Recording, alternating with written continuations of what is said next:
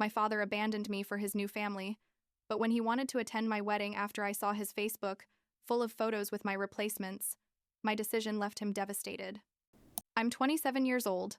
I work in digital marketing, and about 6 months ago, I married the love of my life without my father being there. And the truth is, I need to tell this story because for a long time I thought I was the problem, that maybe if I had been a better daughter, more obedient, quieter, whatever, things would have been different. But now I understand that nothing I did or didn't do would have changed anything, because my father simply never wanted to be my father. And accepting that was the hardest and most liberating thing I've done in my life. I guess I should start at the beginning. When I was a kid and we all still lived together. My mom, my dad, my sister Megan, and me. Christopher, my father, was always distant. You know, one of those dads who are physically present but emotionally on another planet. I remember when I was like 8 or 9 years old, I would try to show him my drawings from school and he would barely look up from the newspaper. He'd say something like, "That's fine," or "very nice," without even really looking, and then he'd go back to his thing. Megan, who's 3 years younger than me, was always more resilient about those things. Or maybe she just learned earlier than me not to expect anything from him. I don't know. But I kept trying, year after year, trying to be the perfect daughter, getting good grades, behaving well, helping around the house, thinking that someday he would really see me. You know what I mean? The funny thing is, he wasn't just indifferent, he was also critical of everything we did. If I got a 9 in math, he'd ask me why it wasn't a 10. If Megan won an award at school, he'd find a way to minimize it. He'd say something like, "Well, it's not that big a deal," or "I hope it doesn't go to your head." My mom tried to compensate for all that emotional emptiness. Honestly, she was amazing. She was always there for us. At every school presentation, every softball game I played, every piano recital of Megan's. But even as a kid, I could see the exhaustion in her eyes, the way she'd sigh when my father came home late from work again without calling, the tension in her shoulders when he went straight to his study without even saying hello. The divorce happened when I was 14 and Megan was 11, and honestly, it was more of a relief than anything else. I remember my mom sat us down in the living room and explained that Dad and she were going to separate, and I just thought, finally, because the atmosphere in that house was so tense you could literally feel it in the air.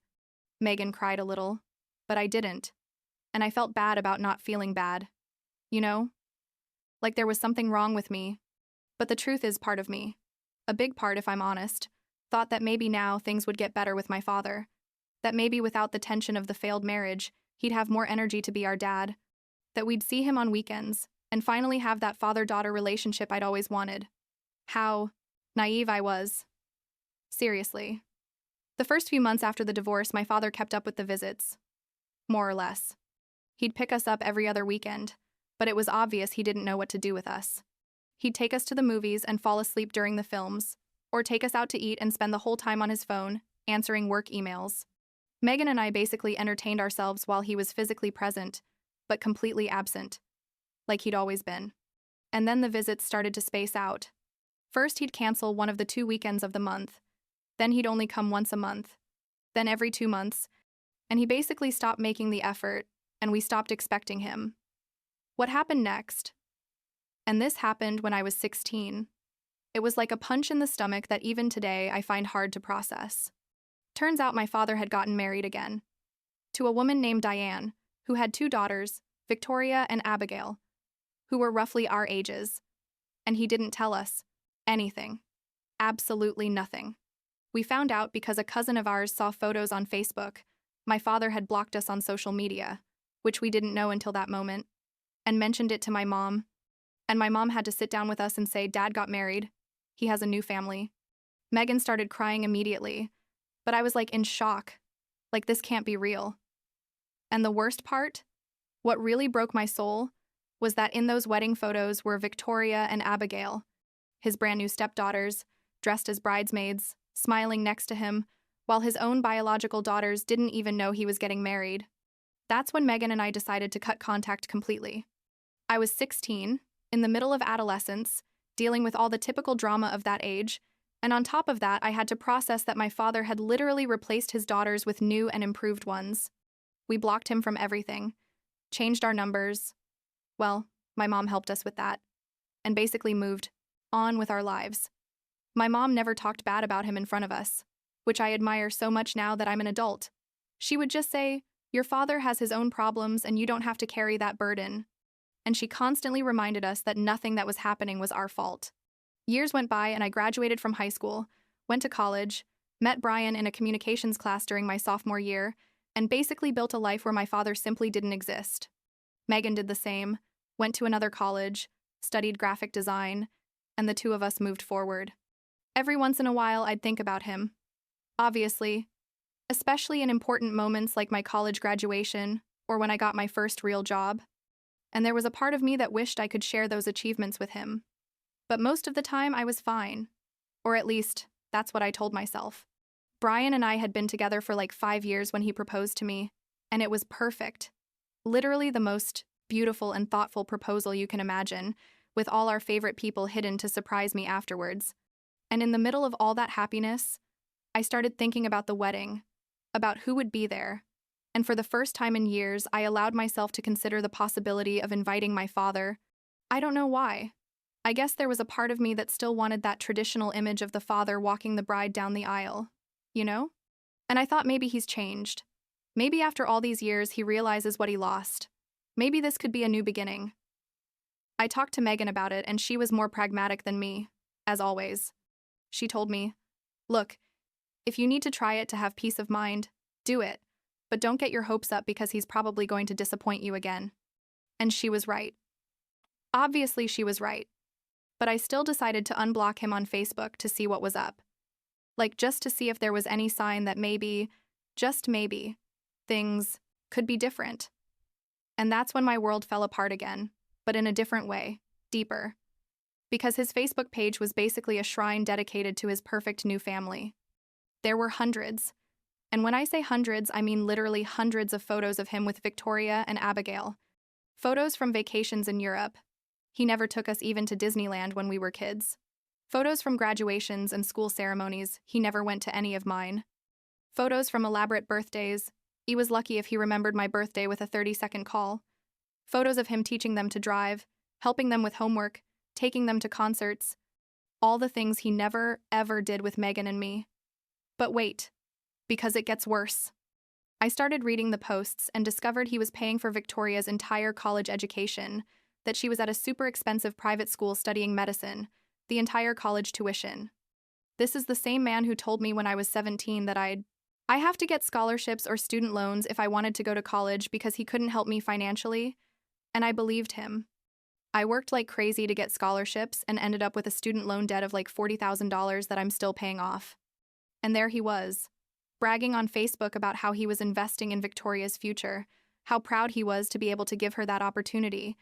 And I sat there in my apartment reading that, and I literally felt like I couldn't breathe, like my hands were shaking, and Brian had to take my phone away because I was going into some kind of panic attack. And then, as if the universe decided I hadn't suffered enough, Megan called me crying a few weeks later because she'd found out about something even worse. Turns out, our father had given Victoria, his stepdaughter, our grandmother's necklace. Grandma's necklace, which was supposed to be a family heirloom passed down through generations on our father's side. My grandmother had shown it to me when I was a kid and told me someday this will be yours or your sister's. And I had waited for it. I had imagined wearing it at my wedding. And that jerk gave it to a girl who wasn't even his blood, while his own daughters, the actual granddaughters of that grandmother who had already died, had nothing. The thing is, during all this time, I kept monitoring his Facebook like a masochist. I couldn't stop looking, even though it hurt me every time. And I saw when he threw a huge birthday party for Abigail, who was turning 21, like a party at an event hall with a DJ and the whole show.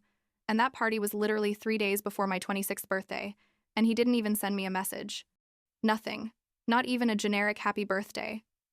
But there he was in the photos, smiling with Abigail, toasting with champagne, writing posts about what a lucky father he was to have such a wonderful daughter.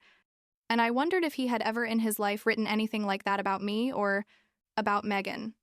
After seeing all that, after torturing myself with evidence after evidence that I had never been enough for him and never would be, I decided to do something I'd never done.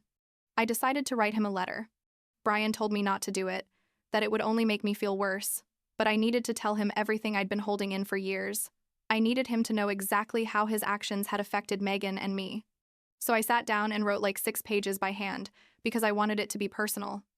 I wanted him to see my handwriting, and I told him everything. I told him how much it hurt that he got married without telling us. I told him it destroyed us, to see how he gave Victoria and Abigail everything. He always denied us. I told him that Grandma's necklace should have been ours. I told him that fathers weren't supposed to make their children feel like burdens, like nuisances, like failures. I sent the letter by certified mail to make sure he received it. And I waited. I waited. For a response, an explanation, an apology, anything. And you know what came? An email from Diane. From Diane, not from him. An angry email telling me I was ungrateful, that my father had done the best he could, that I had no right to judge his life or his decisions, that Victoria and Abigail were lovely girls who deserved everything he gave them, and that if I had problems, I should go to therapy instead of blaming others. Not a single word from my father. Not one. Diane had intercepted the letter, or he had asked her to respond. I don't know, but the message was clear. He didn't care enough even to respond to me himself. So I moved forward with the wedding planning, determined that my father wouldn't ruin that day too. But like 2 months before the wedding, Megan called me and told me that Dad had contacted her, that he wanted to go to the wedding, that he was asking about the details. And I was like, are you kidding me? After all this, now he wants to show up? And Megan told me she didn't know what to do either. That part of her wanted to give him a chance, but another part was furious that he waited until now to try to reconnect. And the two of us had this super long conversation about what to do, whether to invite him or not, whether this was his way of extending an olive branch or if he just wanted to show up to look good.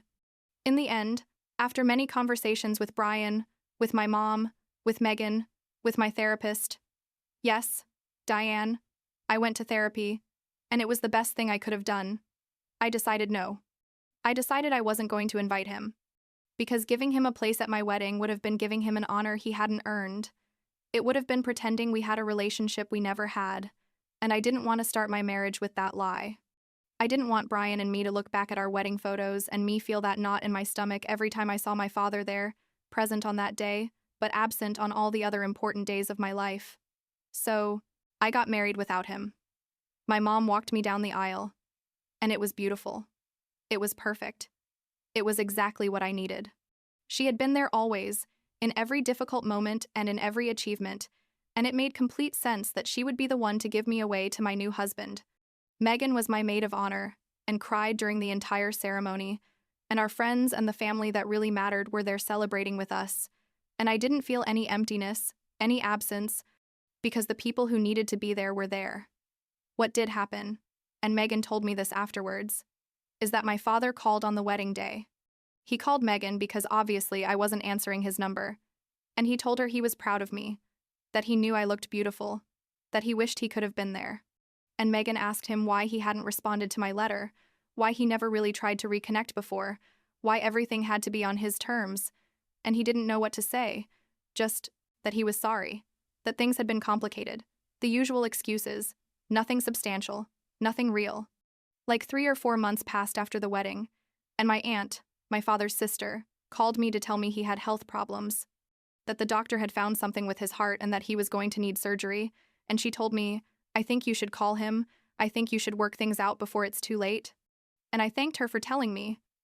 But I explained that it wasn't my responsibility anymore to fix a relationship.